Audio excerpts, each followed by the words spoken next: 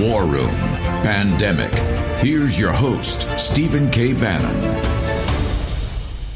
Dish Channel 219 on Newsmax TV, on AmericasVoice.news, throughout the nation on the John Fredericks Radio Network, also throughout the world on Nexus.org, on IRS, and in Mandarin later in the day on G News, G Media, GTV. I want to thank all of our distribution partners. Over 100 million views, over 8 million downloads on the podcast. Hashtag War Room Pandemic every day. The traffic into the newsletter, the news site. I want to thank you. And by the way, victory begets victory. You heard Rosemary Gibson in the first hour about manufacturing coming back to the United States. Big story in the NBC today, on the NBC news site, and also the New York Times. Hydroxychloroquine, the President of the United States is now taking it as a prophylactic. Another victory. We're going to talk later about the WHO, a letter, basically a heat-seeking missile from the President of the United States that exposes all the lies of the World Health Organization and how they're going to have to stand and I think remove the senior management there before the United States puts in another penny. Not going to finance it up to the level of China. Now I want to talk about other victories. Victory begets victory. Victory begets victory in economic warfare. One of the places it starts is in trade. It talks in jobs. That's what Rosemary Gibson, Peter Navarro have brought back manufacturing jobs on advanced manufacturing of drugs to the United States. It starts tomorrow in Richmond, Virginia. Also, the capital markets. Remember, if you're sheltered at home right now, if you can't go into the water in New York City or in Manhattan Beach, California, if you've got mayors that are locking down, yes, there are obviously good calls being made and bad calls being made and questionable calls being made. But the reason you didn't see your mother on Mother's Day, the reason you didn't see the risen worship in the Church of the Risen Christ on Easter, the reason you didn't have Passover like you've had for 2,000 years, the reason you can't go to a mosque and do the commemoration of Ramadan and have your feast in the evening, the reason all of that is taking place is the Chinese Communist Party in Beijing, not the Chinese people. They're actually on our side. You know why? They're the biggest victims. The key to this is economic warfare. As they say in unrestricted warfare, it's information war, which Mr. Raheem Kassam goes through every day, and also economic warfare of the Chinese Communist Party. The way to counter that, it's a hot war, not a cold war, it's a hot war. The way to counter that is to start fighting through economic warfare. And one of the leading voices in that, as Rosemary Gibson was to the drugs, our next guest, Kevin Freeman, has the Economic War Room show. He's written books on this over the last 10 years, 15 years. He's an expert in this, one of the top financial guys around, really understands this. There are victories now taking place on the capital markets, specifically with the registration and listings of these Chinese companies. Why is this important? Because they're taking capital, they're taking your pension fund money and financing the Chinese Communist Party. And as importantly, they're taking capital away from American entrepreneurs. Okay, Kevin now joins us. Kevin, thank you very much for joining us today on War Room Pandemic. Great, thanks. Good to be here. I want to talk about this deregistration of the coffee company in the Starbucks of China, the deregistration of that, what took place, why it is, and also this movement, the letter. You're part of the Committee on the Present Danger. This letter that we sent to the head of the SEC. You've seen Roger Robinson on there. This whole thing of Nasdaq's coming out with tighter listings. What's happening in the capital markets to choke down the Chinese Communist Party? You know, the big breakthrough came when the president realized that the thrift savings plan was about to invest in Chinese equities. And when that got stopped, it broke open everything, because we have Larry Kudlow, who is beloved on Wall Street, writing a letter to the Secretary of Labor telling him the president does not want investment into Chinese companies from our pension funds, from our servicemen and women, and so forth.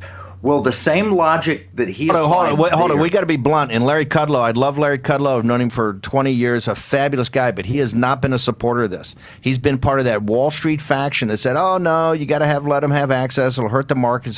For Kudlow, as head of NEC, to flip and actually to be the author of the letter is huge, because now we're flipping the Wall Street guys. It's people like you and Roger Robinson and others that have been just the warriors in this. Yeah, well, Wall Street was highly conflicted because they earned so much fees from China. I mean, you look at Alibaba, it was the largest IPO in history to date, when it happened, $25 billion back in late 2014. Wall Street has been fully overcommitted to China, and you see it with Larry Fink and BlackRock and so forth. But yes, when Kudlow was the guy that wrote the letter, and he wrote it with O'Brien, who represents national security, you had both national security and you had the Economic Council saying to the Secretary of Labor, Scalia, no, we don't want to do this. And Scalia immediately said, I agree. And fortunately, we won that battle. But the logic that was applied there, the logic of Kudlow's letter that, why we shouldn't be funding these risky Chinese companies where they're not meeting our accounting standards, applies for everybody. It's not just the thrift savings plan, but every person who's invested in the markets. No one wants to be investing in the next Enron. And we've seen real practical examples where Chinese accounting has just turned out to be fraudulent. And it was given a pass by the SEC. Talk to us about this, the Starbucks of China. I think it's pronounced Lucan's Coffee, that was going to build, 9,000 spots in China and really become the CCP's competitor to Starbucks. Walk us through the case study of that. Yeah, well, Lucan Coffee just was fraudulently stating where their revenues were. It's no different from Enron that we had here and other places. The big difference, though, they were given a pass. They were not breaking the law necessarily by not submitting the Chinese companies to audit. And so here they were just claiming that they were growing and they had more revenues that they did. It's just a complete, it's a sham in terms of how much money they were making and how much market share they were taking. And they lost. I mean, the losses here, they came out, I think it was Muddy Waters, the two guys that short these Chinese stocks after doing a lot of analysis. One is the team over at Muddy Waters. The other is Dan David and the guys. We've had Dan on the show a number of times. And these guys, when they come out, it's brutal the way they go through these companies. And what's so shocking is that the fraud is so obvious upon hindsight and just no regulatory effort whatsoever. Any American entrepreneur do that would be in prison for 30 years if they did this. It was so outrageous.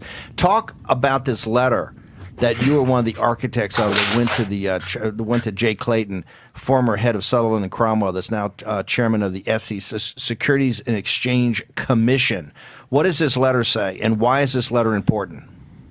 Well, the letter is important because there is one group of companies that have been given a pass on meeting our accounting standards. And I was only shocked to find out yesterday exactly why that pass was given. I just assumed Wall Street had pushed for it, but it's more insidious than that. But one group of companies, which are Chinese companies, and the letter is pretty simple.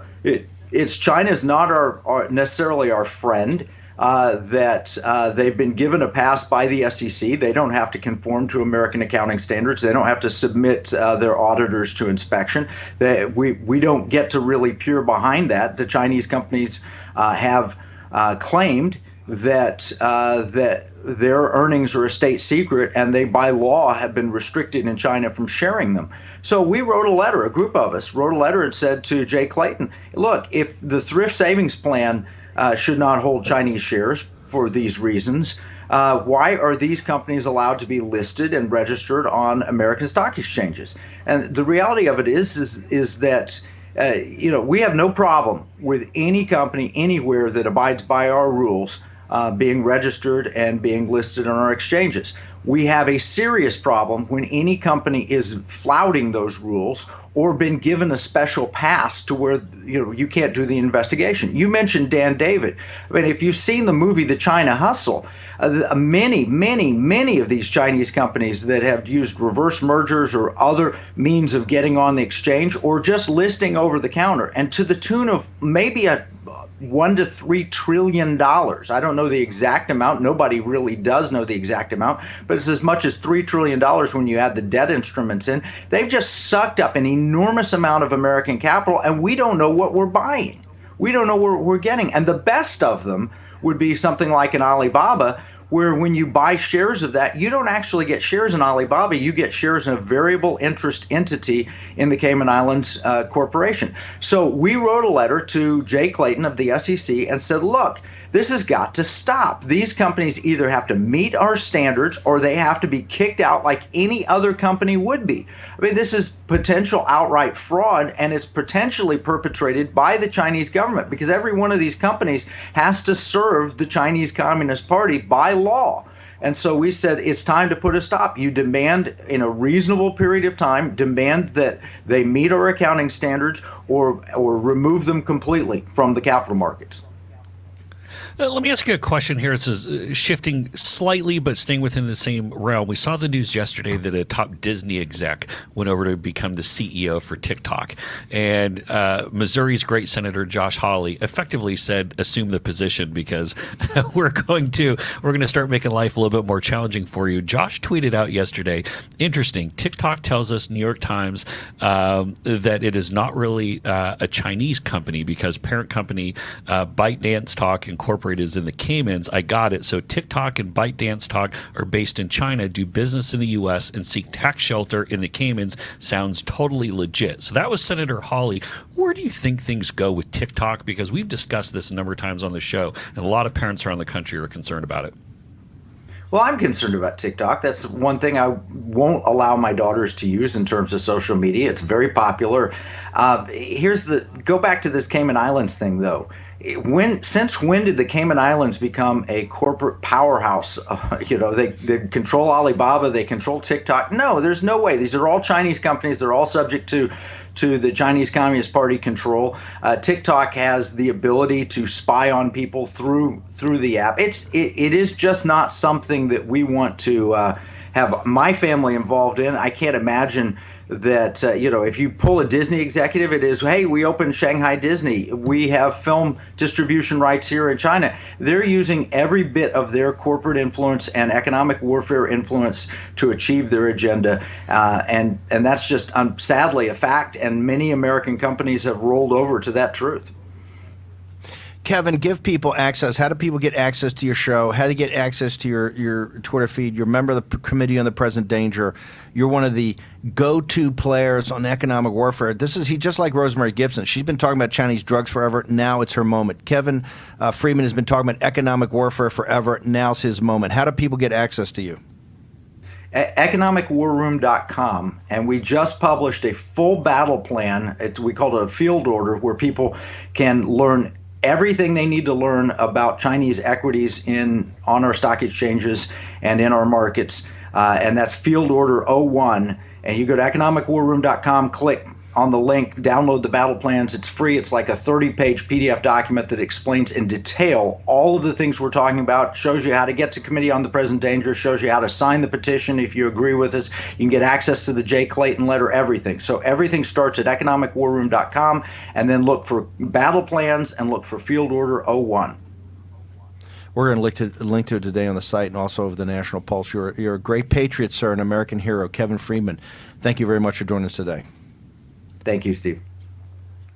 These are guys that are making it happen. A Committee on the Present Danger. And I'm proud to be one of the founders of the Rejuvenation, along with Brian Kennedy, Frank Gaffney, Roger Robinson, others. We initiated this after the Cold War with Scoop Jackson and those guys, the Committee on the Present Danger, the original one that gave so much information and backing to Ronald Reagan. When he came in, Ronald Reagan said, hey, they're an evil empire, and how about this plan, Henry Kissinger and all you other guys in the establishment? How about this? We win, they lose. That freed 1 billion people in the captive nations of what was then the Soviet Union and Eastern Europe. But guess what? There's 1.4 billion people that are going to free themselves, and they're going to do it with the support of the United States of America. Remember, this is what the whole enchilada is about, okay?